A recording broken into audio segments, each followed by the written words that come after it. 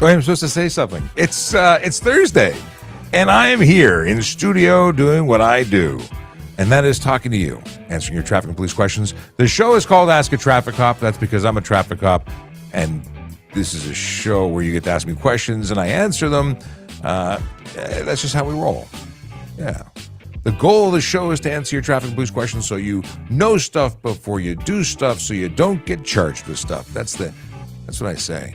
Yeah, talking about all sorts of things. It's a show for you to help you. Yeah, we're educating. We want to make life safer for everybody. And I want to talk about traffic safety. Well, I talk about traffic safety all the time, but pedestrian safety in particular. I just posted a video recently talking about pedestrian safety in particular because we have had 19 pedestrian fatalities as a result of collisions, or fatal collisions involving pedestrians is technically the way we say it. And that's too many. We've had an additional 22 people who were seriously injured, life-threatening injuries as a result of collisions. And we can point fingers, right? Everyone points fingers when things happen. I like to point fingers at everyone at the same time. Even Steven. Yeah, when we are talking about pedestrian safety, cars are a big part of that because they tend to be the ones hitting the pedestrians, see? So drivers, a plea, please pay attention to what you're doing. You're kind of in charge of a big vehicle that can hurt people. Whether you're hitting somebody or something, injury and damage is the result. So drive legally. I talk about traffic, like not speeding, not driving aggressively, not being distracted, not being impaired all the time.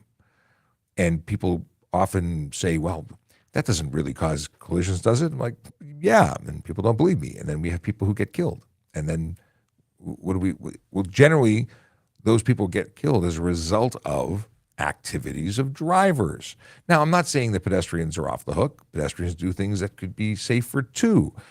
We talk about looking left and right before you cross the street. Those are important tips. They're pretty basic. We talk to little kids about it. You got to make sure that before you step on the road as a pedestrian or before you ride on the road, if you're riding across it, you do it that it's safe for you to go. Because you can't assume that the driver's going to take care of you. You can't even assume that the driver's paying attention at all. Some of them are on their phones, surfing the web. It's a problem. It's a problem, and we are on it all the time. We're always on it. I'm talking about it. We have enforcement officers, and we'll talk about them in a second, that are on it. We want people to get to where they're going and back home again safe. It's so simple. We just need everyone to buy in on the concept of traffic safety. We need everyone to take responsibility for themselves and not assume someone else is going to save them, because it's just not going to happen. We come and do the report after. Sometimes we catch people before, but you have to have you have to be actively involved in traffic safety. It's not automagical.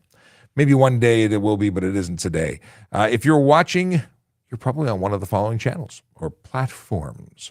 TikTok, YouTube, Twitch, LinkedIn, Facebook, Instagram, Kick, and of course, X, formerly known as Twitter. I still haven't asked. I asked Sergeant Kulik this morning. I said, do you tweet or do you X on X?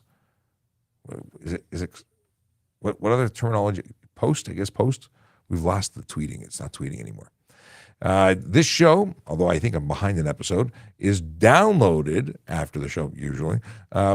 Unless I get busy and sidetracked, then post it on podcast platforms so you can synchronize and listen to us while you drive safely. Now, if you're on TikTok, I have news for you. You can actually shut down the screen and you'll get the audio stream in the background. So you can safely and legally listen to us, but you'll be burning your data. If you're okay with a day behind info, then you can synchronize on your podcast app and listen to us and totally not burn your data. That's my helping you. Let's see here. Vision Zero Enforcement Team. They're those people who are trying to change driver behavior one ticket at a time. They are trying to influence drivers to do the right thing. And they do that by focusing their efforts in different areas on different days. But they look for the big four. Here's my big four button. Speeding, aggressive driving, distracted driving, and impaired driving. The leading causes of serious injury and death on our road. That's why they focus on them. We can make arguments about all sorts of things. People go, it's only 20 over, it's only 10 over, it's only 50 over. Speeding. If you go 1 kilometer over the posted speed limit, you're technically speeding. Will they stop you for 1 kilometer over? Unlikely, but it's still against the law. If you choose to engage in any of these behaviors, know that when they meet you and issue you a ticket, it's because you called them. You've invited them over because you've chosen to engage in behavior that's unsafe. They go to different divisions every day, and today, let's see, where are they? The 12th of October, yes. They are in 32 Division and 43 Division. Those are the neighborhoods of Downsview, Willowdale, Newtonbrook, Bathurst Manor, Bendale, Woburn, Highland Creek, West Hill, Guildwood, neighborhoods where real people live, work, and play and deserve to be safe. And that's why we talk about where they're going every day. We want everyone to know. No secrets here. Let's see. We've got folks in the chat. Tim Shallow. We've got Stephen Bell, the Grinch. We've got Akila Draconis with greetings and salutations. I'm a little behind as I click to put you on screen. I caught that it was and, even though you put add Akila, you even put in the correction. You guys are awesome. Avandro, who has, he is, I don't know, we can't give you an official title because you're not a member yet, because I understand you are going to apply at some point. But he is taking our content and making clips on TikTok in Portuguese and Spanish now. So he's covering 2 different language groups that we really want to be able to talk to.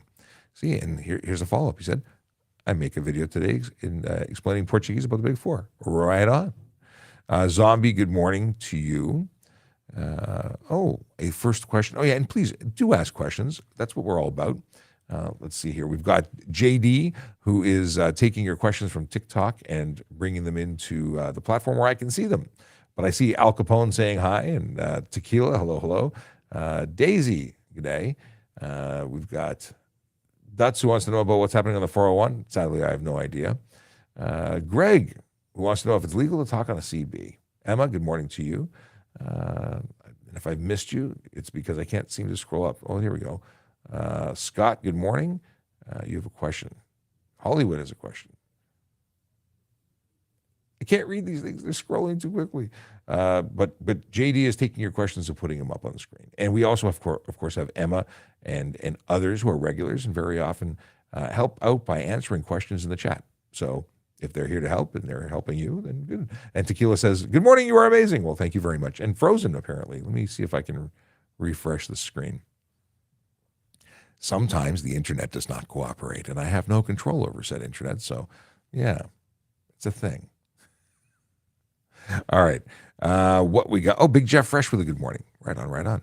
So I'll jump right into things since we can do that sort of thing here. 3 people on my street got tickets today for parking on the sidewalk. Watched it with my morning coffee.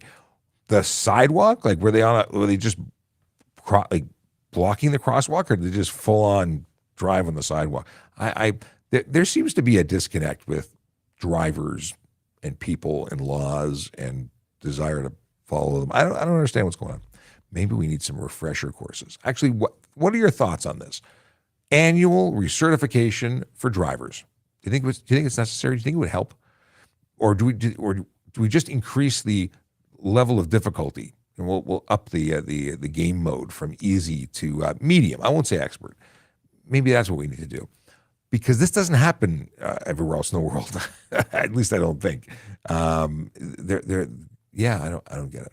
But there's a lot of talk about, not police talk, but people in media and learning or traffic education who say maybe we need an annual recert. Let me know in the comments what you think. Also, if you'd be so kind, please like and share, regardless of the platform. And of course, if you don't already follow us, please do, because we do this all the time. This week's a little odd. I wasn't here Monday because of was it the holiday Monday? Then I wasn't here Tuesday, and I won't be here tomorrow. So it won't be till next week when I come back. So this is kind of Friday Junior. So it's a thing. I see the folks here on Instagram, and one has a question posted. Sager, let's see here. Is there a specific place where racing is allowed? Yes, it's called a racetrack. Racetracks are permitted. Now, aside from racetracks, you can have permitted events like the Indy. The Honda Indy is on city streets. They got a permit. It became a racetrack for the time that it was used as a racetrack. And of course, they had safety provisions and medics. And they actually, little known. Actually, it was little known. It wasn't known by me. I learned about it last year at the last Honda Indy. They have a full-on surgical suite there. Like they have a mini hospital that they build like temporarily while they're doing what they do. That's why racing is best done on racetracks. Aside from the laws, they actually have paramedic teams on standby. Even when we did the Ford Driving Skills for Life on the location, Ford paid paramedics to stand by just in case.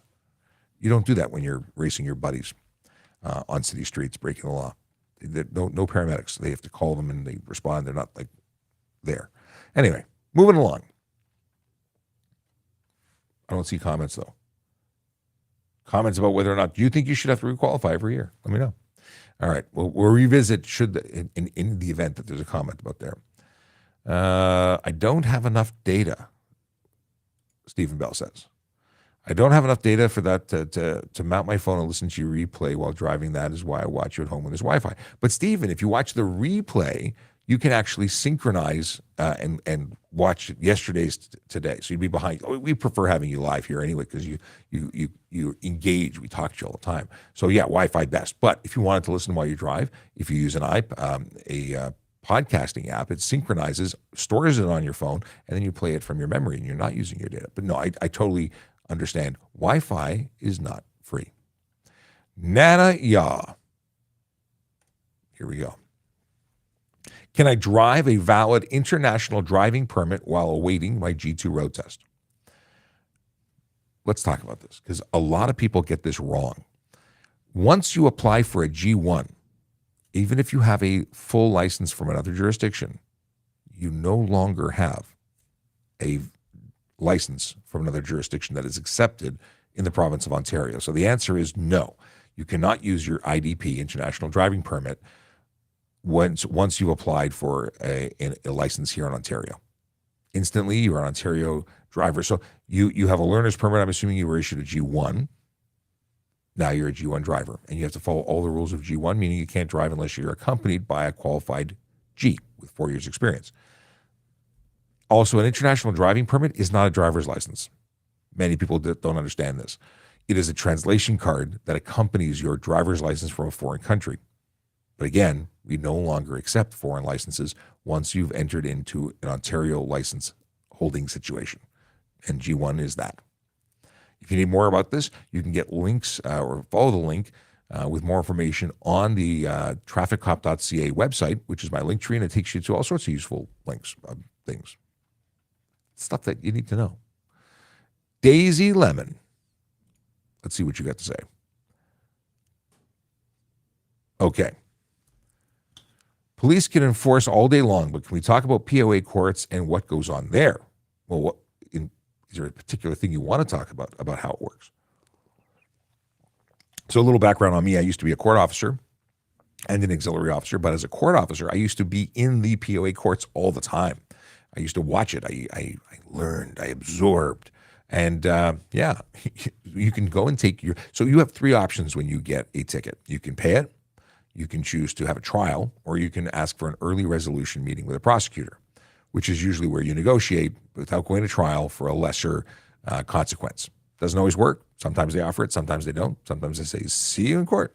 But that is something that's available to you. Now, if you go to court, you have to present, or you attend, you present your case. You can have a trial. And at the trial, you say, I didn't do what they said I did. I did something else. And the trier of fact, in this case, the justice of the peace, listens to all parties, provide evidence, and makes a decision. Very often, things come into play, like you're found guilty, or the officer's not available. And I think most of the time people are rolling the dice thinking that we're not going to show up. So officer may not be available, and because they're sick or they're called into work or something happens and they withdraw charges. Sometimes you find some error in paperwork and there's a reason to get up. So we see things in various cases. We also see people who show up and say, I'm totally guilty, but I want a better deal. That happens. You also get people who come in and say, I'm totally guilty, I want to pay, but I don't have any money. And they put you on a payment plan. They can do that. Lots of different things. So Daisy, I want to know what you were looking for, because I'm just throwing random bits of info out at y'all, and I'm sure there's something in particular you were looking for. But let's talk to Greg, who wants to talk about CB radios while driving. Two-way radios are permissible in commercial motor vehicles. There's some exemptions. which is actually thanks to a viewer, because I was under the impression it was only licensed ham radio operators, and there is an exemption in relation to commercial vehicles. So if you're talking about in your personal vehicle, I would assume that that's not permitted based on the way I read the law. And frankly, it's still a distraction. So the way to do it safely, regardless of whether you qualify for an exemption or not, is to use a remote PTT, push to talk, a speaker, and a physically mounted microphone. If you have to reach up and grab something, you are distracted. You are doing something that is, very will raise the odds of you becoming involved in a collision. Simple as that. So, regardless of whether the exemption is in play, you should configure your CB to be safe. And that would be by way of a headset or a remote PTT, a loudspeaker, and a fixed microphone. That's what I would say. And we need to clarify exactly what your use case is in order for me to tell you whether or not you are actually exempt. Back to zombie, full parking on sidewalk. Like, wow. Okay. What do we got here? Bunch of stuff just popped in. Hate it or love it. That's the username. Is reversing off the highway against the law. So you're going the wrong way to get off the. Yeah, I'm going to say it's against the law. You're not supposed to do that unless you're under the direction of a police officer. Sometimes the highway gets closed and police will redirect people. But for that to be safe and legal, it's the direction. They will close the ramp. They'd have multiple units, one directing you down, another unit making sure nobody's coming up. Reversing or driving in any direction the wrong way on an off ramp would be illegal without police direction. Okay, underglow laws from Tequila. Google gives different answers. I want to hear it from an officer, please, and thank you. Depends on where you are, first and foremost, because other provinces and other states will have different rules. In Ontario, there's no underglow law. There's no specific you can or cannot have it. But there are lots of other laws, headlight laws, taillight laws, color of light being emitted laws. So let's break it down because this is all interpretation. You can only project white or yellow forward. That is what the headlight laws are. You can only project amber or red to the rear. That's the taillight specifications. You cannot have intermittent flashes of red light. That is dealing with police vehicles. You can't have intermittent flashes of blue light. Police vehicles in cooperation or combination with red, and you snowplow for blue. Can't use blue. You're talking about a light that cannot project outwards, can only project to the ground, and even some, like Sergeant Campbell, would interpret being visible to you that it's projected at you. We disagree on this because I think projected means bulb directed at you, and visible directly from the light source versus light that is reflected off the ground. So we have a difference of opinion, but that's part of the deal. The law is written and it's left up for lawyers and police officers and people to interpret. And then when they get a ticket, they get to go argue those interpretations in court, and the trier of fact determines who in fact is guilty or not.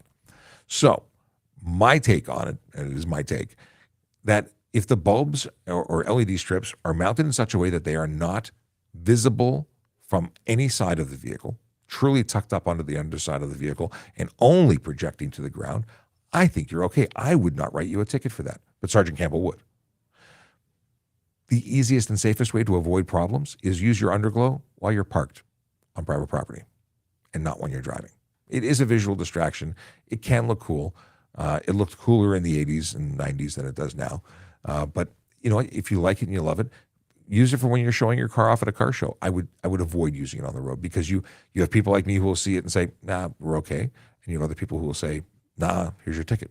And you don't need that headache. Okay. I hope that answers your question. I know it's neither here nor there and not definitive, but the law isn't always definitive. Very often you have to read what's not written and in various places to determine what actually is or is not legal. What do we have here? Akela's son wants to know if glowing lights on the side of the car are okay, not projecting. I think Tron. Again, not my question. Tron is cool, by the way. I want to watch Tron.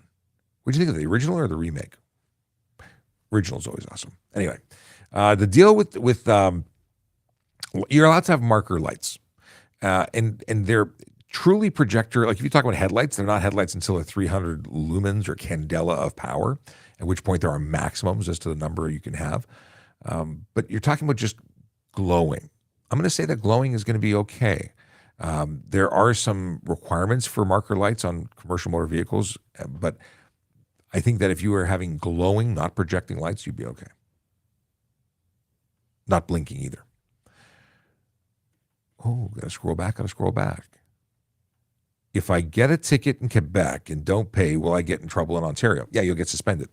You'll be suspended there. When you're suspended there, you're suspended here. Oddly enough, provinces talk to each other. They're in the same country, and they do talk. So if you get a ticket and you don't pay, you will get suspended. Now, if you get a ticket in the States and you're in a state that communicates with the system that we because of a reciprocal agreement, you'll get suspended here. If you happen to be in a state that doesn't notify, then you'll be suspended there. And here's the funny thing about America. You go there, and not only when you, like here, you get suspended, you can't drive home, we give you a ticket, notify you of your suspension. There, you're probably getting arrested and wearing some matching bracelets. So choose wisely, my friend. Yeah, I would take responsibility and do what you got to do to be legal. I know people who have been arrested for traffic offenses in Virginia. They say Virginia is for lovers, but it's not for traffic offenders because they 20 miles over the speed limit there. They just take you to court right there, handcuffs to your car. Yeah, it's a thing. Jordan King wants to know, what happens if I get pulled over and forgot my license at home because I've done that a couple of times? Well, that's a ticket. That's a $110 fine for failing to surrender your license upon demand of a police officer for reasonable inspection. Mind you, the wording is shorter, but that's the full-on descriptor. Yeah, you have to be able to surrender it. Now, a couple of things are true here. One, it's a $110 fine with no demerit points. Two, multiple times of being charged for that could actually affect your insurance rates. I never thought that was possible. I was under the impression if it was non-moving violations, they didn't affect your driver's license in terms of your insurance. But they do, because insurance companies evaluate information on their own. They determine what it impacts your insurance rates. And my understanding, as that's being explained to me, is that offenses like that are considered minor. But if you have repeated minor offenses, they can gang up together and impact your insurance. So it is best to think twice before you leave the house and make sure you have your stuff. People often ask, can I have a photocopy? Can I have a picture on my phone? You can have those pictures, but they don't actually meet the requirements under law in order to satisfy a police officer that they are, in fact, your ID. It can help. And an officer does have the discretion to say, oh, I'll give you a warning this time. But that doesn't mean you will get discretion. Just it's possible. In fact, they can give you discretion even if you don't have a photo of your license. So the best bet is carry your license. You got to have your license, your ownership. It can be a photocopy or the original, and your insurance card can either be the original or if your company your insurance provider provides a electronic version by way of an app that's secure and can be provided to police, then that's also an option. But remember, phones have batteries. Batteries die. If you can't actually provide your electronic copy, it's the same as not having had it at all. I love the username Ungrateful Ninja. Awesome. I've not read your question yet, but we'll get to you soon. I just happen to like ninjas, and Ungrateful Ninjas is cool in terms of the name. There was a great character on, what platform was it? It wasn't TikTok. It was well before TikTok. They were funny. It was a magician who had a whole shtick about ninjas, and it was funny, and I laughed a lot, and he's gone. He doesn't do it anymore, I don't think. If anyone can remind me what that channel is that I'm talking about, I'd appreciate it. How do you get a driver's license reinstated? King Ken wants to know. So the deal is that if you have had a suspension, you need to go and deal with whatever caused the suspension to suspend. So if you were suspended for non-payment or suspended as a result of a court order or an administrative suspension because of stunt or something else, whatever the trigger was, you've got to resolve that. So if it was a period of time that had to elapse, or you had to pay fines because you didn't pay fines. That's why you have to resolve the trigger. And then you need to pay a reinstatement fee and apply for it to be reinstated. And then it takes about 4 days, 4 business days to actually happen. But that's it. If you need more about that, let me know. What is this? Oh, what a good idea. And this is, you play a trick on yourself to make sure you're on time. So Steven says, we have our clock set 10 minutes earlier than regular time so we can get to our destinations on time without spending, I think you meant speeding. I love it going the speed limit. Yes. Okay, and I got that information from Kelly. Cool. So, yeah, the deal is that they play the trick on themselves to make sure they're ahead of the game. I know a lot of people who do 5 or 10 minutes ahead of time. I need to know the accurate time, like all the time. I want to know the actual time. I myself can navigate making sure I'm early or not, because sometimes it doesn't work. But I need to know the actual time always, because what happens is if you rely on the clock lying to you to make you on time, if you look at someone else's clock, you think you've got more time than you do. So I appreciate the thing. Listen, I love going the speed limit too. And here's the deal. If you go the speed limit and you prepare for it, you're on time because you prepared, and then you're probably early. But here's the other thing. If you're late, just own it. Be late. You might get in trouble. You might offend people, but don't put other lives at risk, yourself included, to avoid getting in trouble or to avoid offending people. Yeah. You can say that, you know what? Today something happened and the priority was that and not being on time. And you can own that. People will be offended when you're late. I don't like waiting for people. And people don't like waiting for me. It's just that thing. Nobody likes waiting on anybody because as I go deep down the rabbit hole of being on time, the police instilled this concept. And it is that early is on time. On time is late, and late is unacceptable. I was late for everything, I think, until I became a member of the Toronto Police nearly 24 years ago. Whew, time flies. Okay. Bali Sandhu has a question on country roads. I need water. On busy country roads, a vehicle stopped to make a left turn. Can I cross from the right shoulder? I will rephrase this. So you're on a country road.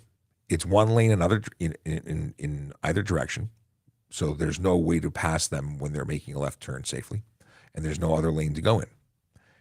They've stopped and they've signaled their intention to make a left turn. Can you pass on the shoulder? Not cross, but pass. If it's a paved shoulder, then that is the scenario where you can. If it is not a paved shoulder where you can safely do that, then you cannot. So there is a stipulation in the Highway Traffic Act in Ontario stating that it must be a paved shoulder and it must be safe. Okay, question about HOV lanes. Are commercial vehicles allowed to use time-based HOV lanes on municipal roads? Time-based. So I must clarify that municipal roads don't have HOV lanes. I know that some of them have signs that allow people to use them if they have sufficient number of passengers. The deal is that HOV lanes are 400 series highways and so on. The municipal HOV lanes are actually diamond lanes. They're multi-use and they're designated by the sign. If the sign says you can use it, you can use it. If the sign says you cannot use it, you cannot use it. Simple as that. The stipulation on most municipal roads will show, motorcycles are allowed, taxis are allowed, multi-passenger, multiple occupants are allowed, and very often they are 3 instead of 2, like the HOV lanes.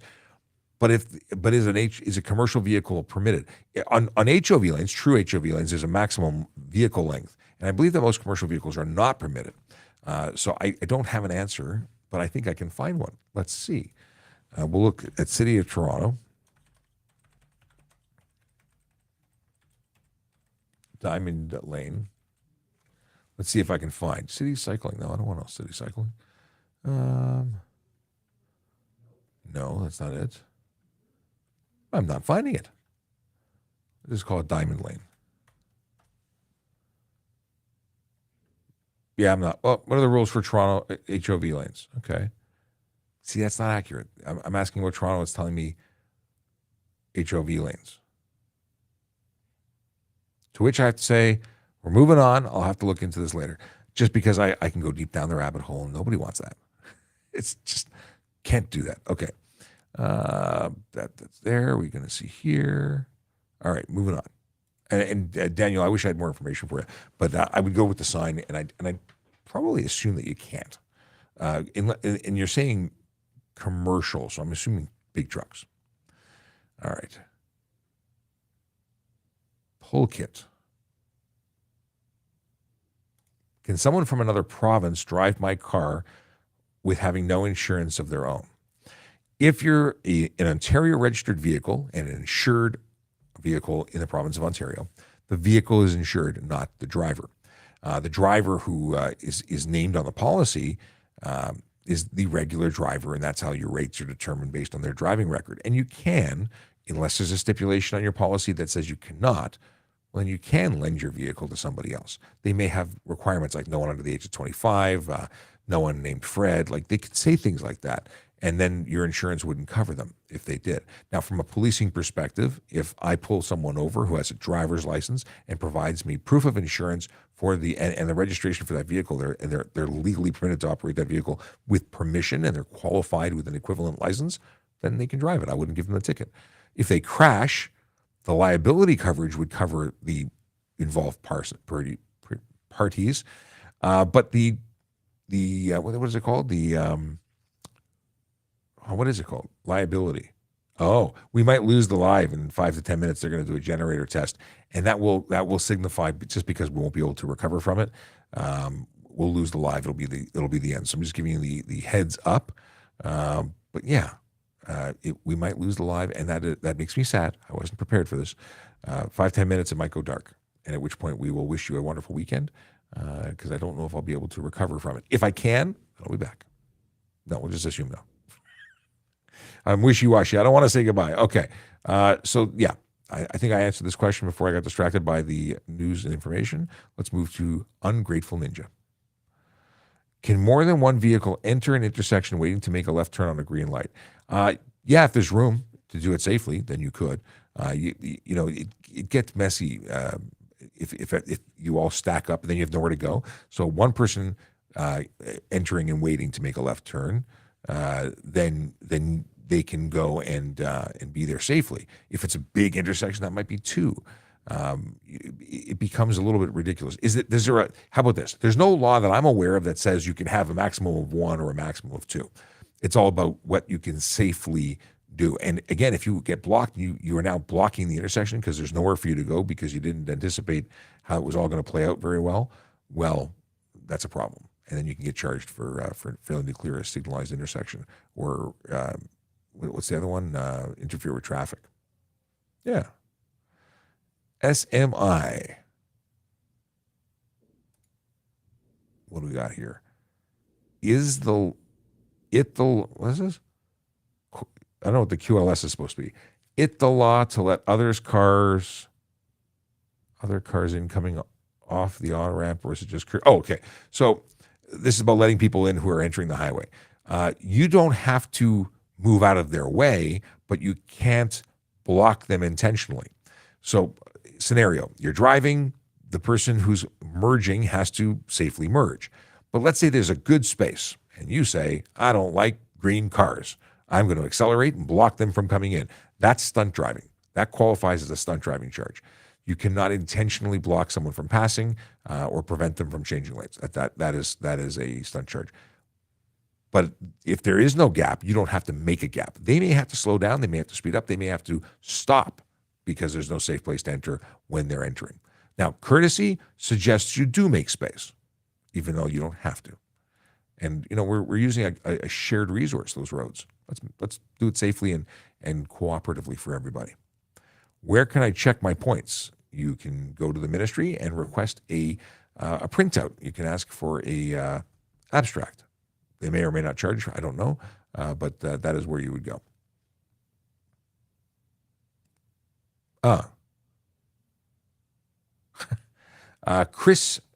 Christo, okay, just followed. and wants me to follow them back, but not follow them back. But go to their YouTube. That's a new thing. I don't usually do follow for follow. I'll try and check you out. Chase says, why aren't most traffic enforcement vehicles unmarked or inconspicuous? I would love a 2010 RAV4 as a police car. No one would know. In terms of the make or model of them, that's up for debate. I want one I fit into, and I cannot drive a RAV4. Otherwise, I'd be driving a Prime right now, just because it says Prime. No, anyway. We do have some that are completely inconspicuous. We used to have Pontiac minivans. Yeah, no one knew those were police vehicles. You know what? People don't like being caught doing what they're doing. I think they're very effective, and I think we should have far more of them. But people generally don't like the idea of being caught, and they think it's sneaky when we're unmarked. But it is very effective. People do the darndest things when they don't realize the police are watching. We want people to drive lawfully, regardless of whether or not the big vehicle with the flashing lights are there. Now, there are issues with unmarked vehicles in that they're unmarked, and it limits our ability to do other things with them. If we're going to a collision scene and not just doing enforcement, it's not as effective as a police vehicle. But because we want those high visibility lights and markings. Just a reminder, we might lose power at any moment, at which point we would lose you, and then we're going to lose live. I'll keep going until that happens. Can the city officer pull you over on the highway? Yes, they can. Kayla, my wife wants to know if you're allowed. What is this? If buses are allowed to drive in bike lanes. We've seen it a few times. No, buses are not allowed in bike lanes. Bike lanes are bike lanes. Bus lanes are bus lanes. If it's a bike bus, I don't know, maybe there's a weird combination lane. But no, buses are not exempt. Question.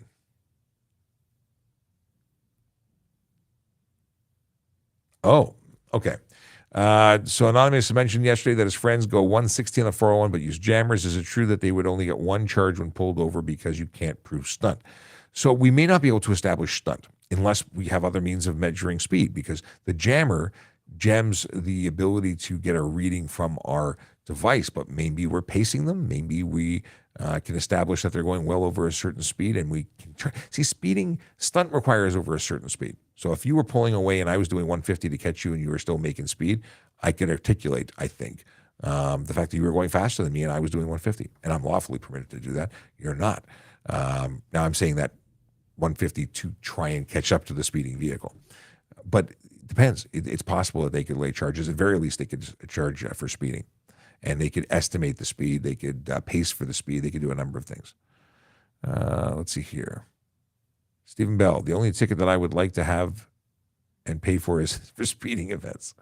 Matt Dillon, how do you proceed legally when you come to an intersection road that has no stop yield sign? When does that happen? Really, where is there a no stop yield sign? I think that anytime there's in the city, I don't think we'd ever have that, but you have to stop before you cross a stop or a crosswalk, sign or no sign. You should be stopping for that. I'm trying to think of any other reason where you do that. Where, Matt, do you have a scenario like that? I'm going to say you should stop, but I don't know. I have to look this up because it's out of my wheelhouse. Wow, you stumped me. I think we've talked about it on the show, but I just don't remember. There's probably an answer. What happens if you Google it? Somebody Google it. Chase, you're on the clock. I'll let Chase Google it. I got a dad joke for later. Okay, Ian says, last week you said it was legal in Ontario to cross a double line on a two-lane road to pass a slow-moving vehicle. Interesting. Here in Quebec, crossing a single or double line is an infraction. Yes, I believe that Ontario is the only province that does not have an offense for crossing a line. And that's not to say that you aren't responsible for making safe moves or that you wouldn't be responsible if you caused a collision, but there's no actual ticket on the books for crossing a line, except there is a offense for crossing in relation to a HOV lane. So if you read the HTA specific to HOV lane lines, there is an offense for that. I believe it's $110 for crossing that line. Michael says, this is Michael L. I don't understand why the passengers cannot drink, especially in a limo back seat. If the driver is willing to drive with them, he's going to do it anyways. So it's against the law because there are laws about alcohol. And one of them is that you cannot have open alcohol in a motor vehicle. Simple as that.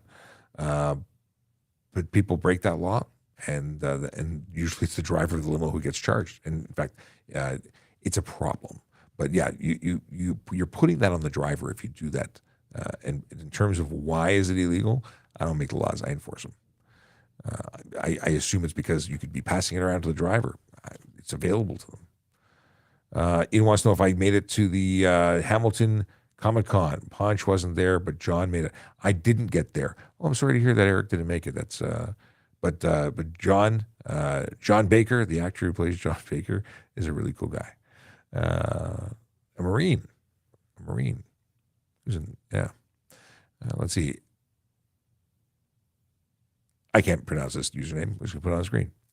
Why are red camera signs posted? If they're breaking the law, why do they need a warning? I don't agree with it. I wish that wasn't the case, but the law was the law. It's probably so that everyone doesn't complain, because people complain when they're being held accountable for things and breaking laws. Oddly enough, a lot of people who ask for red light cameras or enforcement in a neighborhood then get ticketed for breaking the laws that they were unhappy that other people were breaking. And then they complain that they got a ticket, even though they're the ones who actually made the complaint to get the camera. Anyway, it's a funny situation. So it doesn't stop people from getting caught. The sign, people aren't paying attention to signs. It's wild and crazy. I agree with you, though. I don't think there's any real need to warn people. They're choosing to break the law, and they're going to break the law regardless. Ian says, our city here north of Montreal has several Dodge Caravans and a few Ford Edge vehicles is unmarked. Drivers in my area are cowboys and need to be fined. Yeah, that's cool. I think we should have all sorts of cars. We have some Chargers, we have some pickup trucks, we have SUVs, we have all sorts of things in our fleet for unmarked enforcement vehicles. So our Vision Zero enforcement team have the ability to blend in like no other. And to answer your question, Ian, they are jammers and radar detectors are illegal. $170 fine, 3 demerit points, and we seize the item, the device. Michael answering the question earlier about how do you find out your points. A 3-year driver abstract costs several dollars at Service Ontario. Someone was asking about checking demerit points. Okay. Oops. And then apparently in Quebec, if you are caught with any kind of radar detector or jammer or any device of similar use, your license is taken and your car is gone. That's what we need here in Ontario. That would be amazing.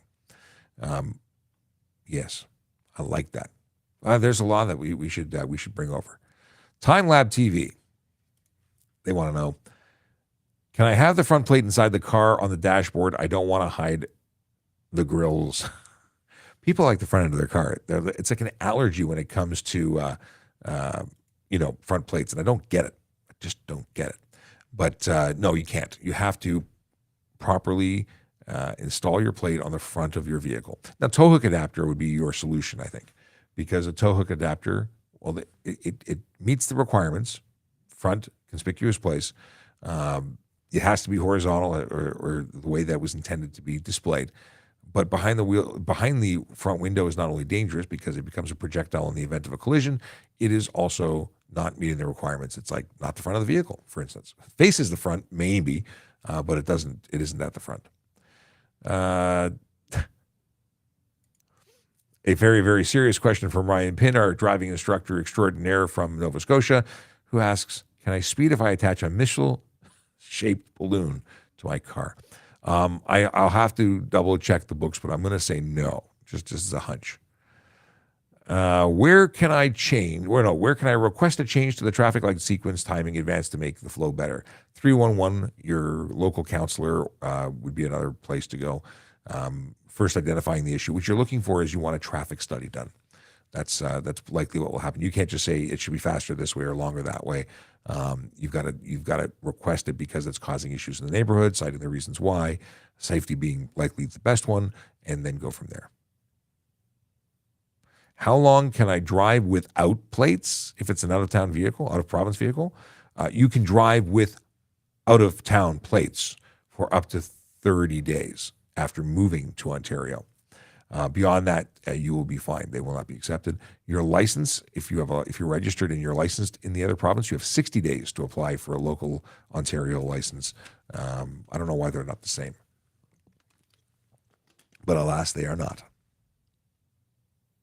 And the Grinch approves of your message. Very cool. I want to talk to you about employment opportunities. Talk about it all the time. And if you are interested in becoming a member of the Toronto Police Service, then I would ask you, invite you, suggest even, and cough, to visit www.tps.ca. Yes. What will happen when you get there? You'll see this. Careers. One career, many opportunities. It sounds like something I've said on a few occasions. It talks about the city, the employer being the Toronto Police Service. You can get information about becoming a police officer, special constable, parking enforcement officer, comms operator, and of course there are civilian roles that are regularly posted. Oh, we're down to 2. Senior programmer and comms operator. The position for caretaker is gone. Police constable, that's the one that most people are interested in. Talks about a big button for apply now. As a member of the Toronto Police Service, blah, blah, blah. You can read about it. I won't read it for you. I will talk about the fact that we have requirements, and those requirements, well, they look like that. What do they say? Canadian citizen or permanent resident, 18 plus years of age, physically and mentally able to perform the duties of the position, having regard to your own safety and the safety of members of the public. You have to have completed secondary school or its equivalent. Good moral character and habits, meaning that you are an individual that other people view as being trustworthy and having integrity. There's other stuff that you need, like no criminal convictions for which a pardon has not been granted, valid driver's license with no more than 6 accumulated demerit points. Did I mention that driving is kind of a factor? It's an important thing. Like having a crappy driving record suggests you don't follow the rules. So yeah. CPR and first aid, OACP certificate, hearing standards, vision standards, and you can't be colorblind. It says normal color acuity, so you have to be able to distinguish between red and green. I think that's what color blindness is. You have to be able to pass security clearance and shuttle run level 7, which is misery. For me, I don't like shuttle run at all. I have nightmares about it still. Yeah. Of course, there's background stuff. And then it goes into, hey, talk to a recruiter, talks about the money, the benefits. But that's not the reason to become a member of the Toronto Police Service. Listen, there are great benefits to becoming a police officer in terms of the job and the pay and so on. But this is a lifestyle of service. This is a totally different situation. You don't get a job and go to work. You become something you weren't. You stop being a civilian, you start being a police officer. You're a police officer sworn as such until the day you quit or retire. And then only then do you become a civilian again at the other end.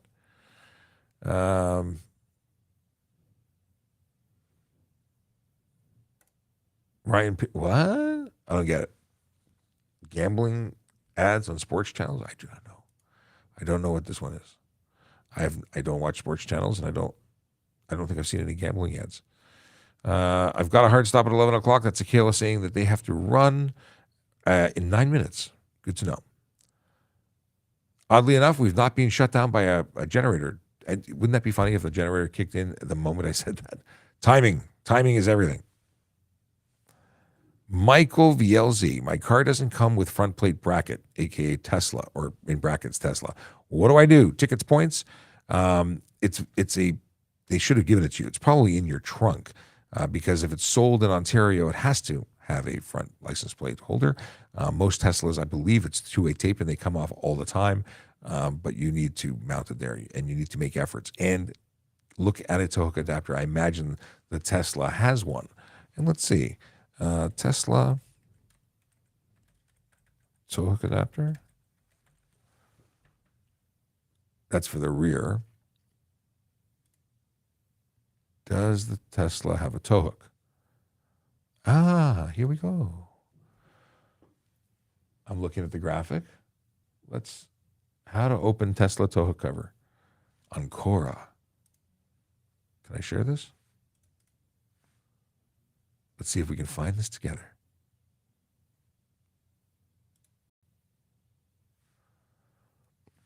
All right. Where is it? Where is it? Come on. Is this garbage? Yeah, that's useless. I love it when there's no. Apparently, it's located behind the cover on the front rear bumper. So there is a tow hook. But is there no tow hook? Anyway, look for a tow hook adapter. That would make life easy and much easier than me trying to find it on Google. But there you go. Otherwise, just get a lot of really good Gorilla Glue on your front bumper. All kidding aside, 2A tape. What do we got here? Okay, Ian. As a police officer in Canada, are you required to possess a restricted PAL license and an authorization to carry, and do you carry off duty? Good question. So I have a license because I was a competitive marksman prior to becoming a member of the Toronto Police Service. But you don't have to have a PAL to be a police officer. Oddly enough, border what is it? CBSA has to have a PAL for how they do it. A friend of mine was instrumental in their original training, and you don't have to do that in Canada as a police officer, because as a police officer, you have certain authorities, and the firearms are not owned by us. They're owned by the police service I think it's in the chief's name, and they are issued to us for use as part of our job. So different situation. Do we carry off duty? Every police service will have different rules. As a police officer, we technically could.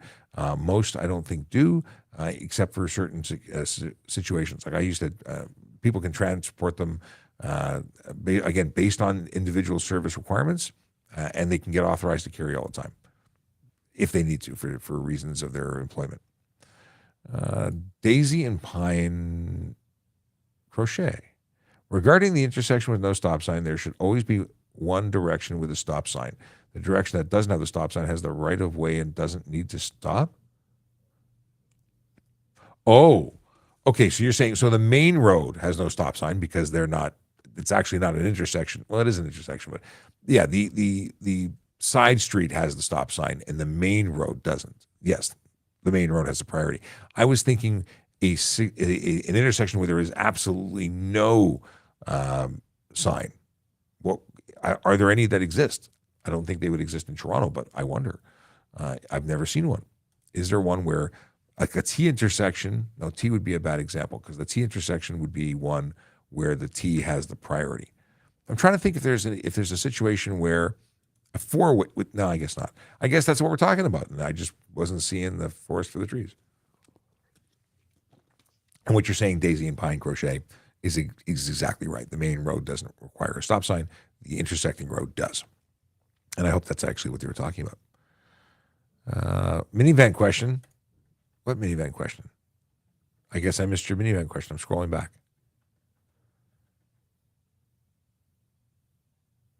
I see your stunt charge. Where's your minivan? Instead of saying, did I miss it? Just ask the question again. It's so much easier to find it. I don't see your minivan question at all. Let's see here. Can I paint my custom electric vehicle plates the necessary green to use the HOV? No. Oh, because so the deal is, and what they're talking about is, if you are qualified, you have a qualifying vehicle for green plates. The green plates give you access to the HOV lanes and such. If you get vanity plates with a vehicle that qualifies for green plates, well, you don't have green plates and you cannot use the HOV lanes solo. Yeah, that's the thing. It's the green plate that gives you authority, not the type of engine or battery source that you have. So you can't paint them. They're not green plates. In fact, you can be arrested for painting them. What is the charges for a very tinted plate cover? For any plate cover, it's $110. You cannot obscure, you can't have a dirty plate, you can't have an obscured plate, you can't put a cover on, you can't put a license plate frame. $110 for that. Does working as a security guard help when applying and becoming a police officer? Consistent work, and I think security work is a unique situation. I think it's a great opportunity to learn how to talk to people. If you're going to be a security guard and speak to no one, I don't think it's a major benefit. But if you're going to be in an environment where you can learn to speak to people, develop your skills and abilities as a communicator, to de-escalate situations because you are an unarmed representative of the property, and can very often be in situations that are kind of sticky. If you can come to good conclusions and not get into physical altercations, like you learn to be a masterful speaker, then I think you can really have it as a benefit. Yeah, there's definitely I did a lot of security work when I was younger. I worked as an armed guard. I worked as a bouncer. I did a ton of different things before transitioning into policing. So I think it is a benefit. Okay. There's a side road out here with a yield leading up to the main road, but there's 2 sets of railway tracks before the main road. So the yield is kind of more important in case you're yielding and a train comes. If you stop before the tracks, you can't. Okay. What is it says here? If you stop before the tracks, you can't see the main road to yield. Hope that made sense. I was sort of picking up what you were putting down. Sort of. Okay. We got a couple of dad jokes. One of them, I think, is zombies, which you're on a streak. You've had really good dad jokes, so I'm hoping that this is also good. Otherwise, I'll be disappointed. Dad joke. What are the most important elements for dad jokes? Sulfur, argon, calcium, and samarium. Sarcasm. I like that one. It's less haha, but it's still a value add to the show. Any other dad jokes? Share them now then miss the opportunity until next week. The October 12th official calendar joke is, Dad, are you going to take a bath? No, I'm leaving it where it is.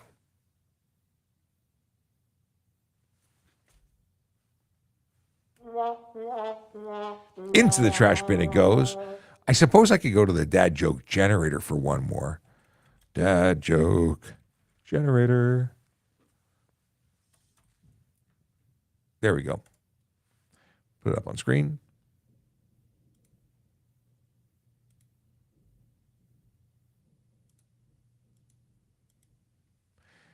And here we go. What do you get when you throw a hand grenade into a French bathroom? Linoleum blown apart? Oh, God. Like Napoleon Bonaparte? It's linoleum blown apart. Not the best one, but it's not terrible. How many? Oh, let's move on. What do you call a fake noodle? An impasta. I like that one. All right, enough of the dad jokes. I got stuff and things to do, and I bet you do too. It's been a slice. It's a short week because I'm not here tomorrow, and I hope to be back on Monday. That said, have a great weekend. Drive safe, drive sober, and I don't know if you should not do anything. I wouldn't. I don't know. It's never good advice. You never know what somebody else is willing to do. I will be posting a video tomorrow, and it will be the going into the weekend impaired driving update. We'll see you soon.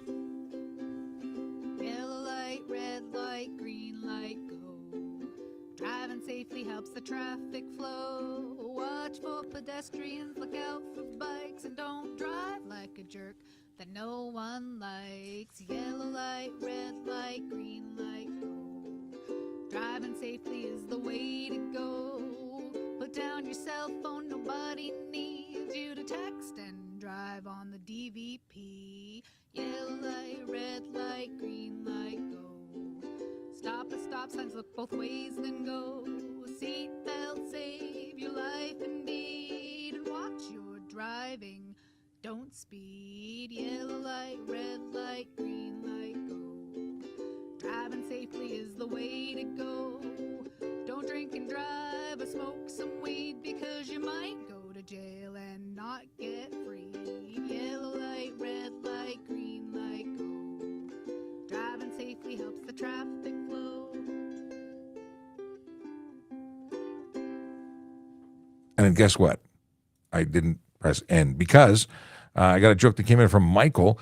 This is did I say a joke? Not a joke. I had a follow-up from Michael.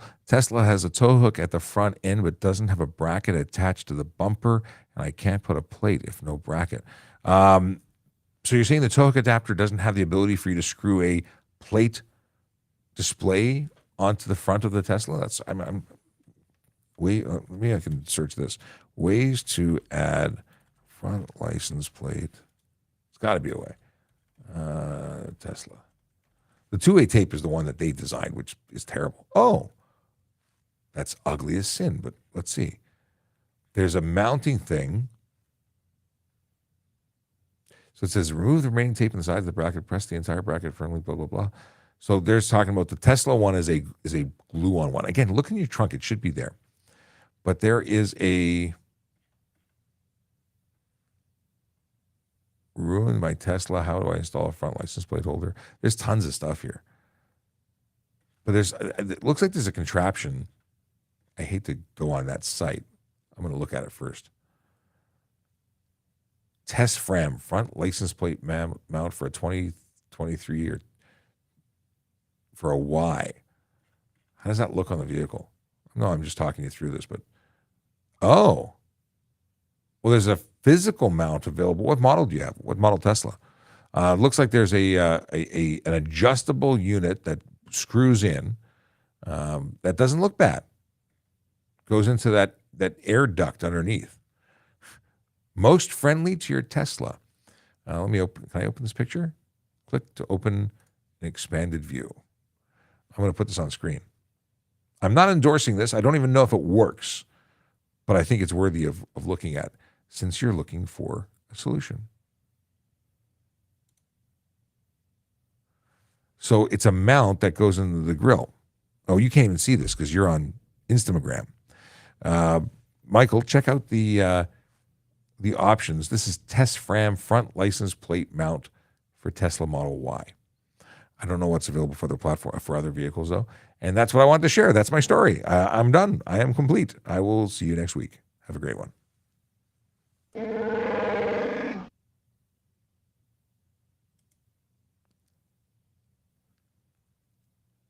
Oh. I said I'm goodbye, and then Chase finally answered at 10:59. Says on Highway 11, I saw a minivan with its rear sliding door open and the passenger taking videos of another vehicle. Is that illegal? They were in their seat. I don't know. I honestly don't know. I don't know if that would be what charge would that be? I think if all the contents are secure and they are wearing their seatbelt. Another one I got to look into. I don't know if that's illegal. I would have an issue with it. I'd pull them over and have a conversation. Yeah, not a good thing for safety.